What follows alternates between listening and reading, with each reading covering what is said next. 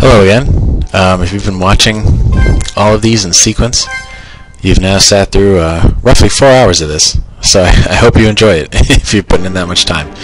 But we are back with Shurikra and Ivory and Guardia, catching up with some of the leaders of these Wyvern Fang guys, and they plan to drop this poisonous crap in the air, the stuff that Thon is always poisoning them with, and contaminate the entire town basically.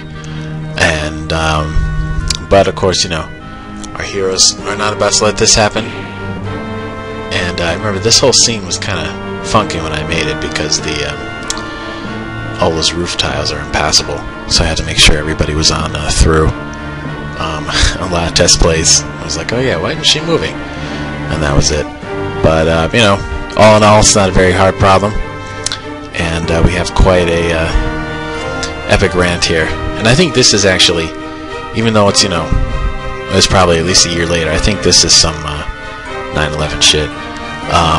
Like if you've been listening to the early ones, I said that I started this right around the time 9/11 happened, and now now the good guys are fighting these psychotic religious zealots. I mean, it's doesn't I guess didn't get there by accident.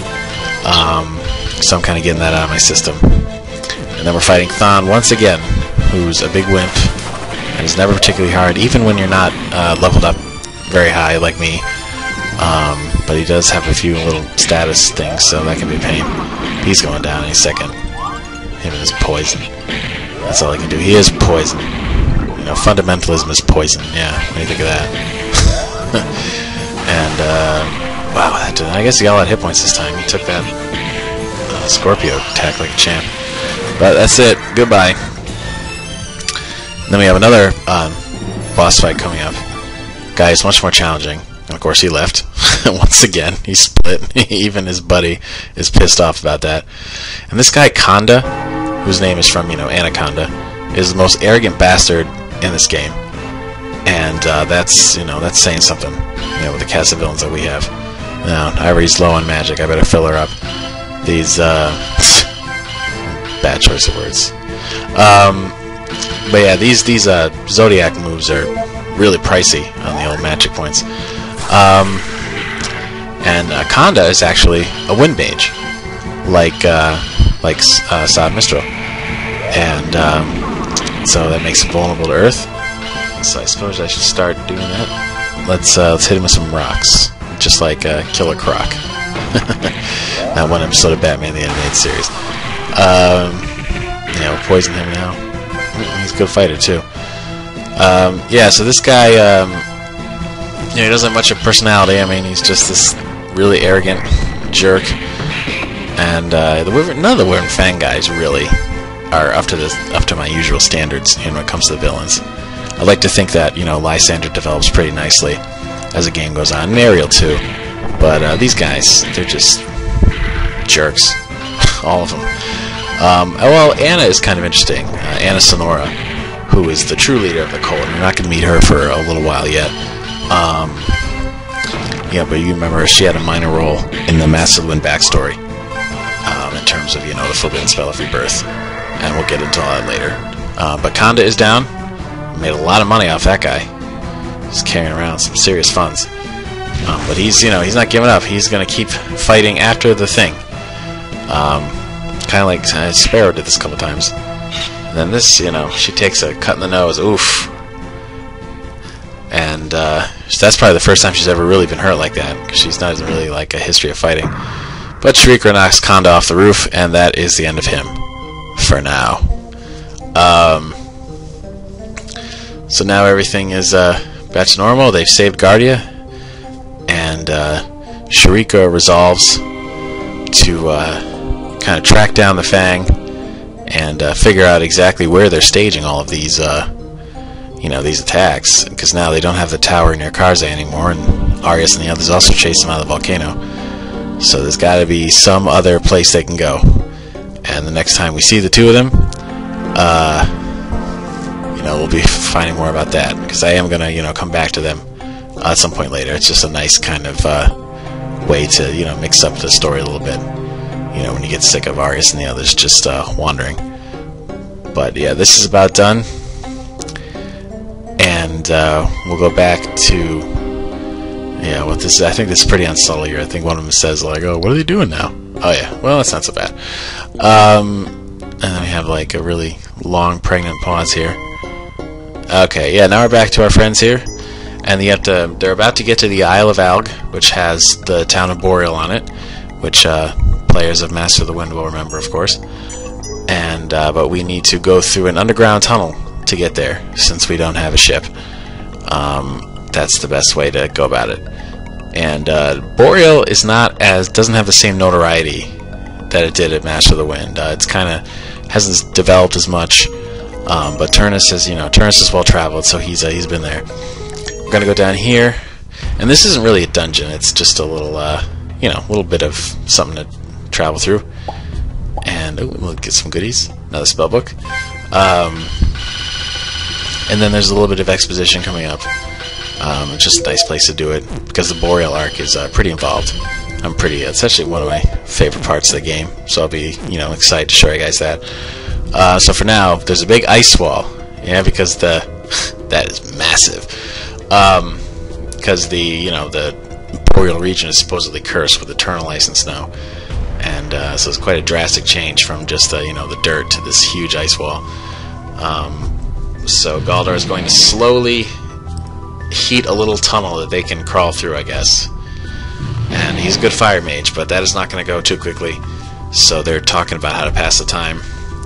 And Turnus decides he would like to learn about the history of Gallia, because this is like, again, I keep noticing the difference between the worlds, in these games. I mean, the Solest that shows up in this game is kind of scary if you think about it. I mean, it's just you're just not safe, especially if you're not a human. But even if you're a human who's sympathetic to other races, it's just not a safe place. It's not a friendly place. And by the time you get to Master of the Wind, 30 some odd years later, or whatever the difference in time is, it's it's just different. It's more evolved. They've got these better systems in place. There's still problems, of course, but it's really different. And this game kind of drives home some of the stuff in Master of the Wind. Just about like what they were fighting for, what they were fighting to preserve.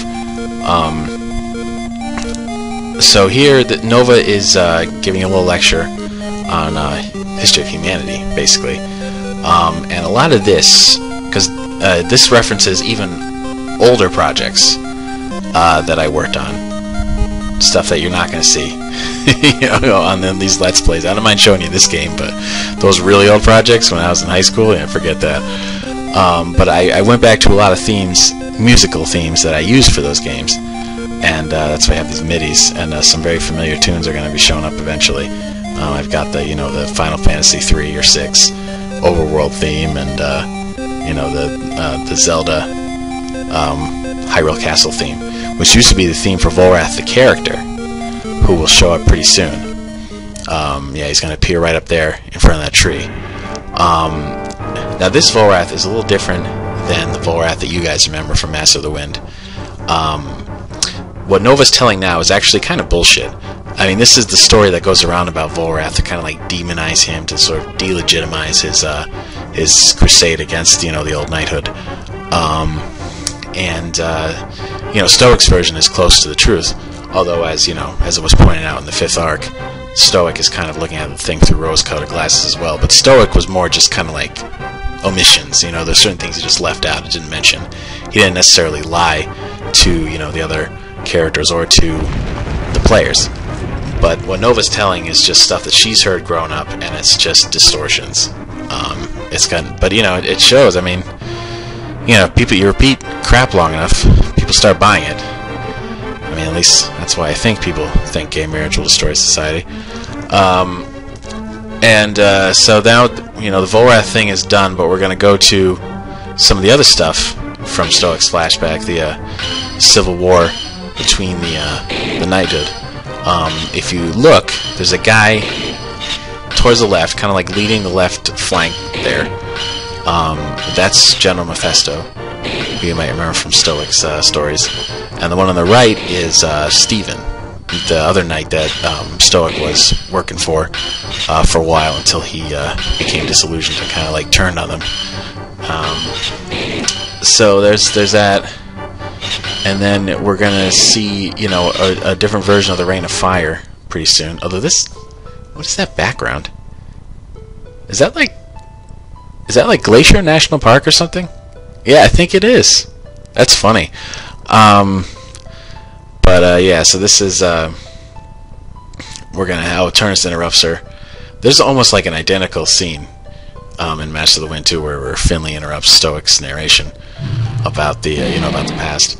But then the Rain of Fire comes soon, and it's not quite as epic as it was in Master of the Wind when we talked about this. But it's okay. I got this animation, and then I've got like a shitload of explosions here. This is my favorite animation. This explosion, and there's like 20 of these probably. But it kind of gets the point across. Here we go, boom, boom, boom. There we go. And then we get to this this part here. Now that a lot of the land was just pulverized by the Rain of Fire, and the whole sort of shape of everything, all the continents, it was different. And now we have like kind of a faster version of that Terra theme from Final Fantasy 3 or 6. Because for me that was the Solest theme when I was first making those games, those old games, the first ones of Volrath and everything. That was the Solest theme for me. And I've gotten away from that obviously because that it's a very recognizable song, and it's it just winds up being distracting. But in this game, I was still kind of clinging to it a little bit. Why not? It's classic song. And then we're gonna have there's Vincent Gallius.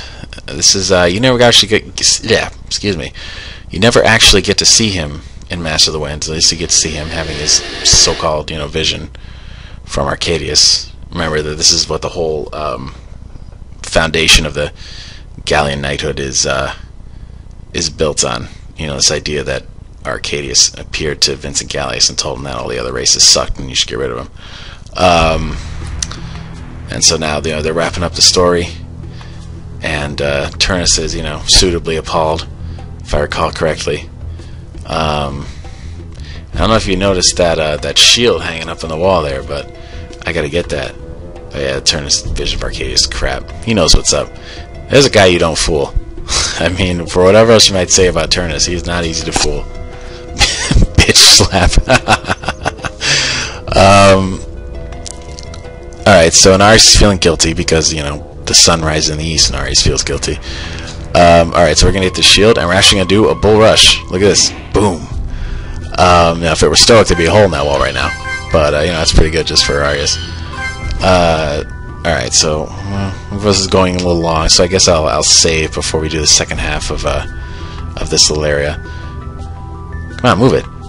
And alright, yeah, we'll save out here, and we'll see what's going on the other side next time. Peace.